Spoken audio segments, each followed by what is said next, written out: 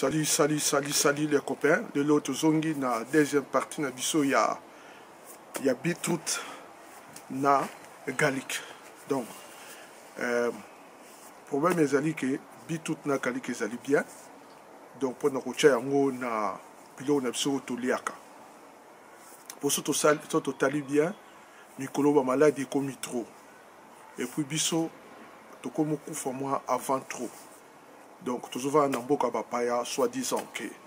les traitements ils bien, maramuto ils bien, mais tu comme on avant trop, tu comme bela aussi. Donc, tu l'ingénieur, tu incorporer, bilo le quoi, beetroot, les légumes, salade, où ils allaient bien, surtout que vous aurez chance, ils ressemblent organique surtout, tu sommes yango, tu chayango, na, bilo na surtout liaka. Donc, na pas na biso. Donc, beetroot soki okutani ya bien okutani na beetroot moko ya organique somba yango salela yango soki beetroot organique ezali te osombi kaka beetroot oyo soit betrave oyo bazotika na bashop oyo ezali wana soki mpo ozala su na chance mosusu okoki kosomba betrave oyo ya fresh donc oyo wuti na ferme okoki kosomba mais eza mpe rare mpona kozwa yango mais so okutani yango ozwi yango soki ozwi neti oyo ya ferme oyo wuti na mabele babimisi yango donc faut lata bagan okoki kotokisa yango okati mutu nango na misisa otokisi yango après soki ebeli olongoli baposo mais faut na bagan mpo etikaka mwa maboko ekoma rouge donc kozwa yo mwa temps 2 ou 3 jours mpo elongwa ou soit mpe okoki kozwa yango olongoli mutu olongoli matiti nango na misisa nango orula yango na tin foil, bien papier aluminium, salt pepper, au tchango na fou, au sali yango, et puis, il faut la tabaga, après tant que là, au pont, on va poser là, tu sous baga. Donc, wana so kuta na oyo, ya fresh, et outil, na ferme. Beetroot, ezali, et le mora bien, soko bandi collé à sika, il faut qu'on s'attendre que irine na yo soit masubane rozala un peu rouge, so bandi collé à sika. Beetroot ezali bien pour ezali antitoxique donc biso moto ebi ke biloko tozolia eza penda bien te eza penda safe te pona kolia à moins kolia ka organique soko zolia organique tozolia ka biloko ne tozolia boye donc eza mpe na ba toxique na kati bon basoso babetango batonga biloko bandunda ezokola na engrais chimique mon peuple toujours respirer ça bien te mai toujours mis les bien te donc biloko ezali donc toujours lia ba toxique na kati ya biloko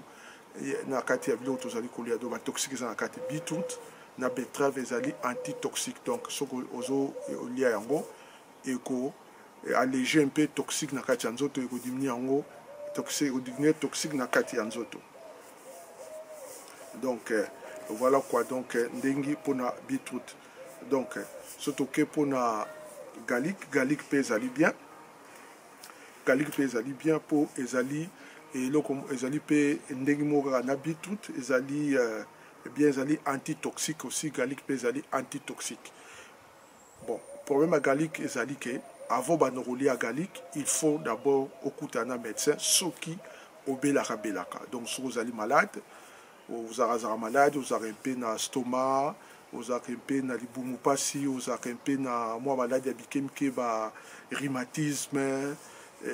toutes sortes de maladies foie rein donc olia nanu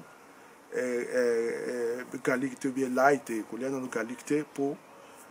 yo oza mutu moko ya maladi donc c'est mieux kokende d'abord kokuta na médecin so kuta na médecin oexpliquer médecin na yo que non na lingi na bana kolia garlic un peu souvent donc au moins na maladie on a belaka donc j'insiste pour na muto belaka en tout cas avant banokolia garlic il faut okuta na médecin donc là c'est obligé il faut okuta na médecin vraiment il faut okuta na médecin mais garlic ezali bien les na ucholoba ezali antitoxique alors okolia garlic comment okoki ko bana kolia garlic kamba amoni kwana te et puis il faut yeba soki ozali allergique na garlic pour bato mususu bazali allergie na garlic donc faut oyeba so ozali allergie na garlic aussi donc ce que vous pouvez faire ozwi garlic obanda na gousse d'ail moko obandi na gousse d'ail moko otali soki réagir nango ou pas donc ozwa gousse d'ail ndenge nini ozwi boule ya garlic ndenge ezalaka boule wana ofini yango soki opanzi yango epanzali ndamu moko moko yango wana nde bagousse d'ail donc moko wana eza nde bagousse d'ail soki eza composé par 15 petits morceaux donc oza na 15 gousses d'ail na boule moko ya garlic donc olongoli baposo nango ole yango koko ole yango ya mobesu ndenge ozwi bamoko ole yango ezali bien okoki mpo kozwa yango otia yango na mai otiki quelques minutes après mai wana omeli yango ou soit ole yango ndenge wana lokola toliaka nguba gousse d'ail moko apres omeli vers d'eau moko gousse d'ail mpe ezali susu bien mpona kobatela yo okoma mubange noki te donc otiki mpe ezala mpe gene to gousse d'ail soki oyoli yango mpe bien ekorejeunir yo donc gousse d'ail mpe eza bien ekorejeunir yo donc gousse d'ail eza mpe na bafaçon ebele ya kolela yango okoki kosala yango biloko ebele nde tolambelaka yango kaka okoki kosala yango pistu okoki kokalinga yango donc ezali na bafaçon ebele ya gousse d'ail betterave ou bien beetroot mpe eza na bafaçon ebele ya kolia betterave bien beetroot ezali okokotisa yango purée okokotisa yango smoothie okotisa yango na smoothie okokotisa yango na biloko ya kolia okoki mpe kotya yango na salade okotya yango mpe na soupe donc betterave mpe okotisa yango biloko ebele donc normalement il faut kolia au moins 4 gousses d'ail par jour ya garlic mais soki osuppose olia yango trop garlic mpe soki olia yango trop eza mabe donc moi ce que je fais naliaka yango 3 gousses d'ail par jour pendant 14 jours. Donc, on a 3 gousses d'ail par jour pendant 14 jours. Après, on a un petit espace. On a un petit espace à 2 mois ou 3 mois. Après, on a le même kir. Donc, ça tout à fait.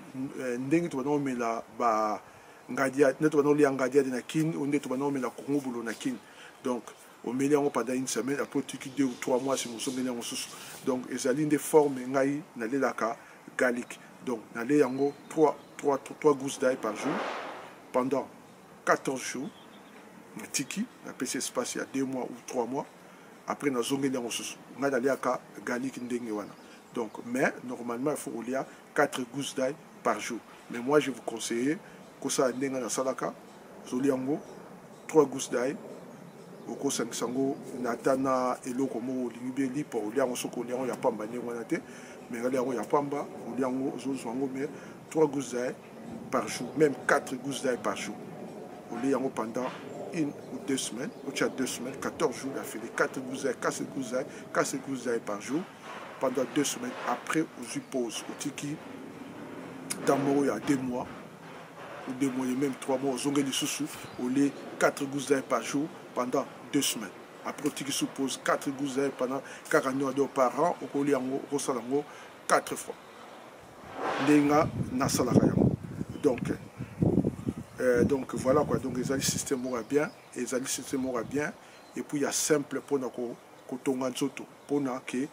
ba maladie ndengi ba épidémie zoya et puis ba maladie ba virus ndengi zali koya ce que est attaqué au pénate puis ko protéger ba romi balayer na betterave et ko protéger contre ba rim biloko bikemike ou les arabiso au changement il y a temps au sobe la bella donc wana chose de garlic na betterave ya moi mingi donc eko idéo ba changement na penda eko simbate eko simba yote donc même changement de temps et salami mais yo pena moyen